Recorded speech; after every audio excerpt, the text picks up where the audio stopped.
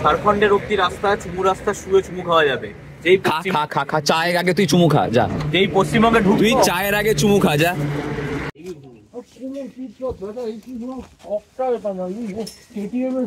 মালটা রসনা করে ঘাঁটতে। হ্যাঁ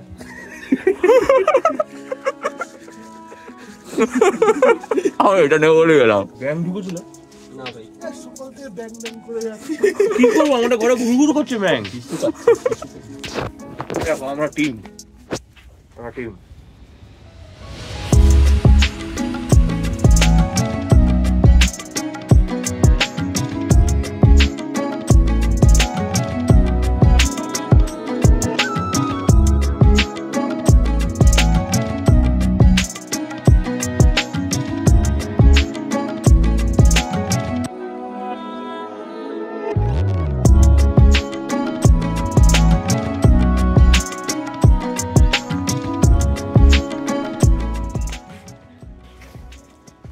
তো এখানে যাবতীয় যা জিনিস রয়েছে কালকে আমরা রাত্রে মোটামুটি গুছিয়ে রেখেছিলাম, এই সমস্তগুলো পরে ফটাফট ব্যাগগুলোকে বাইকে সেট করবো আর বেরোবো। তার আগে আমাদের চা খাবো, ব্রেকফাস্ট করবো, করে নিয়ে এখান থেকে সোজা কলকাতা।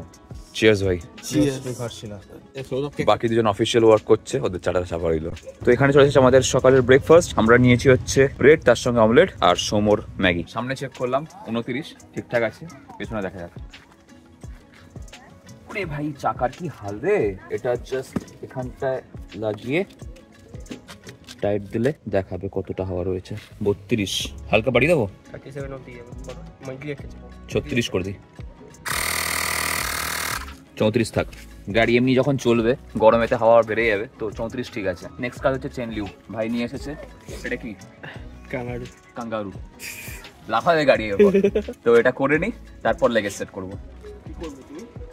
আমি হালকা করে এগোবো আর তুমি হালকা করে লিভ করতে থাকবে, ঠিক আছে? ডবল স্ট্যান্ড না তাহলে রেখেই করতে।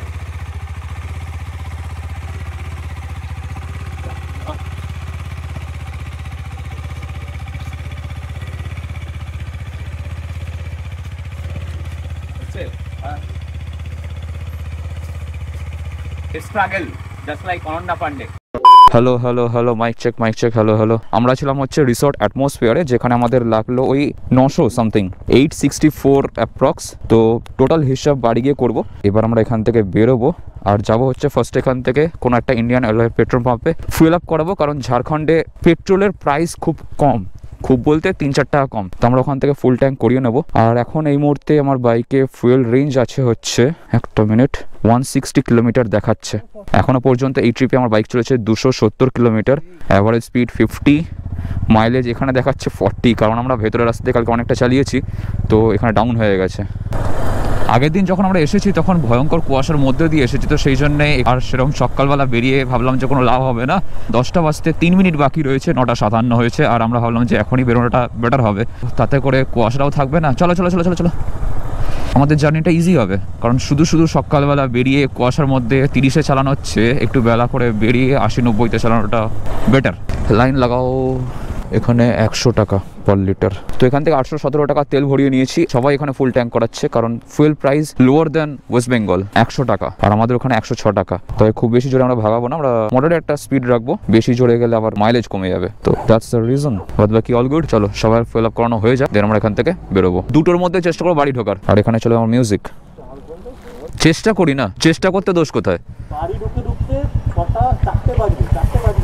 সেরকম ভাবে কেউ 100 চালাবো না, কারণ ফুয়েলে মাইলেজ ড্রপ করে যাবে। নেক্সট হচ্ছে 80, 85, 72, 70। লোয়ার সেগমেন্টে 65 থেকে 72, হায়ার সেগমেন্টে আমরা 80 থেকে 85। বাস। তোমার কত ধরলে? আমার 636 টাকা পেট্রোল খরচা হয়েছে। আমার 817। 819। তোর? 1016। সবচেয়ে টপে রয়েছে। তুমি লিড করো, সবার ফার্স্টে থাকো, আমি সবার লাস্টে রয়েছি, সবাইকে নিয়ে এগোচ্ছি। চেষ্টা করবে 80, 85, 80, 85, একেবারে 40-42 নয়, একেবারে 100, 110 নয়। ডেবরা টানা এখান থেকে। চলো গাইস। সবাই ভাগাচ্ছে আজকে। 10:35 বাজে। ট্রিপ 2টা আমার 0 করা হয়নি। এই গাড়িটা মাঝে মাঝেই খালি স্লো হয়ে যাচ্ছে সামনে এসে, দাবিটা কি কে জানে। বয়স্ক ড্রাইভার হাই রোডের মাঝখানে ওভারটেক করতে গিয়ে হঠাৎ করে স্লো হয়ে যায়, কত কিছু খেয়াল রাখতে হয় রাস্তায় বেরোলে। মানে শুধুমাত্র যে নিজের মুড ঠিক রাখলেই হবে তা নয়, প্রত্যেকের মুড বুঝে রাস্তায় গাড়ি চালাতে হয়। কে কোন দিকে কখন টার্ন নিতে পারে, কে স্লো হয়ে যেতে পারে, এত কিছু ভেবে ভাই। বাট इसमें किक है। এটাই তো মজা, এটাই তো রাইডের ফান।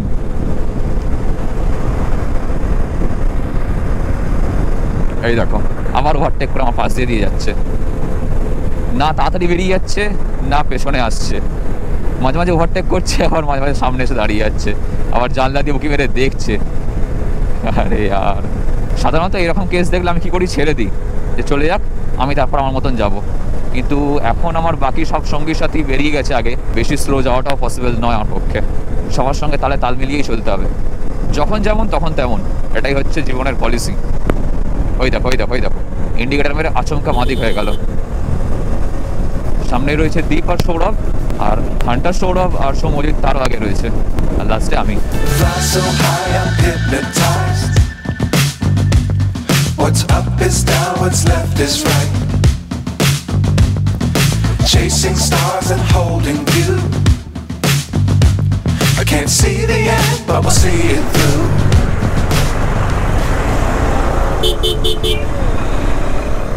তো বন্ধু দেখতে দেখতে ঘড়িতে বেজে গেছে 12টা 8, আর আমরা এখন সবেমাত্র ক্রস করছি খড়গপুর।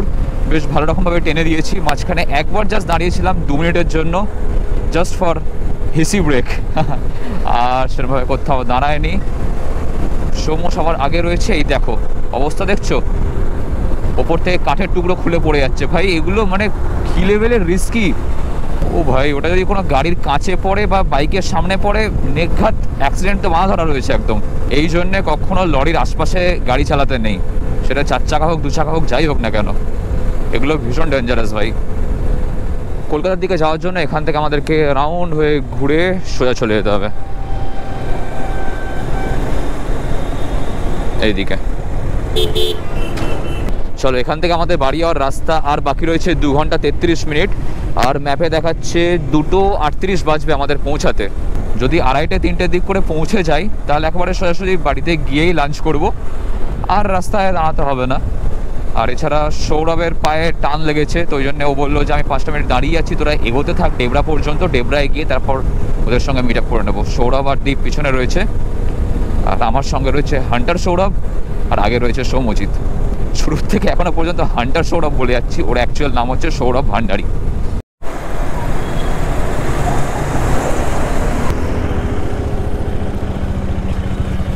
একবার সৌরভদেরকে ফোন করি, ওরা কত দূর কি আছে না আছে দেখি, তাহলে সেই বুঝে আমরা আবার এগোবো। আর এখন রয়েছি ডেবরাতে, সবেমাত্র ডেবরা টোল প্লাজা ক্রস করলাম। কতক্ষণ হলো এসছো? মোটামুটি ভালোই টেনে দিয়েছি আমরা সবাই। দাঁড়িয়েছি যখন তখন ভাবলাম যে কেননা এটা খুলে নেওয়া যাক, কারণ বেশ গরম লাগছে। আর সেলাই সেই ঠান্ডা, এখানে তো কোনো ঠান্ডাই নেই, যত ওদিকে যাচ্ছে আরও গরম বাড়ছে। আমরা নিয়েছি হচ্ছে বাদাম বিস্কুট আর তার সঙ্গে চা। চিয়ার্স ভাই। ও চিয়ার্স বলা যাবে না, উল্লাস উল্লাস।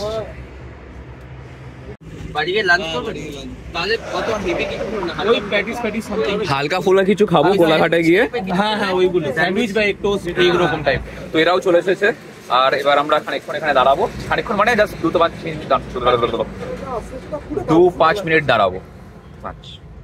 ঠিক আছে। আরে আমি দেখতে পাচ্ছি নাকি ওই মাথার ঠিকঠাক রাখার জন্য মোটা চিরুন একটু ঠিক করে নিই। কথা সৌমজিৎ বললো হিরো লাগছে না, এবার ঠিক আছে তাহলে ঠিক আছে। বুঝলাম ঝাড়খণ্ডের অব্দি রাস্তা চুমু রাস্তা, শুয়ে চুমু খাওয়া যাবে।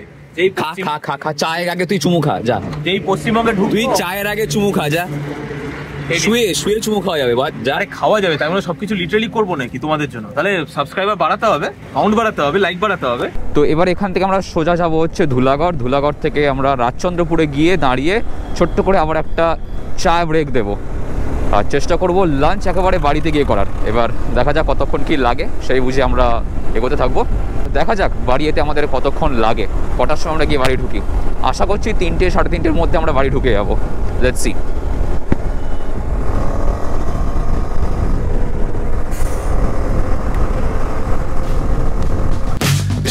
Keep the ground in sight. Fly forever if you keep it tight.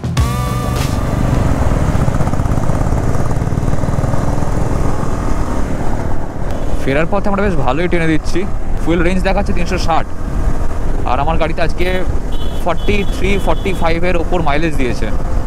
মোটামুটি 6 গিয়ারে রেখে 80, 84, 85-এ ক্রুজ করছি আমরা, না কম না ज़्यादा। তো এতে করে কী হয়, মাইলেজটা একটু ভালো পাওয়া যায়। এবার বাকিটা রাস্তার উপর ডিপেন্ড করছে।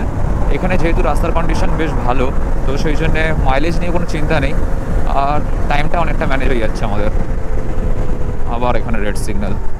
এই যত আস্তে আস্তে কলকাতার দিকে এগোতে থাকবো, তত এই সিগন্যাল আর জ্যামের ব্যাপারটা বাড়তে থাকবে। আর দক্ষিণেশ্বরে গিয়ে সবচেয়ে বেশি তেলটা খাবে, কারণ ওখানে সবচেয়ে বেশি ক্লাচ আর গিয়ার ইউজ করতে হবে। একবার টেনে দেবো, আর দাঁড়িয়ে কী হবে? হয়তো পেয়ে গেছি। আলমবাজার দিয়ে ডান দিকে চলো। নমস্কার দাদা।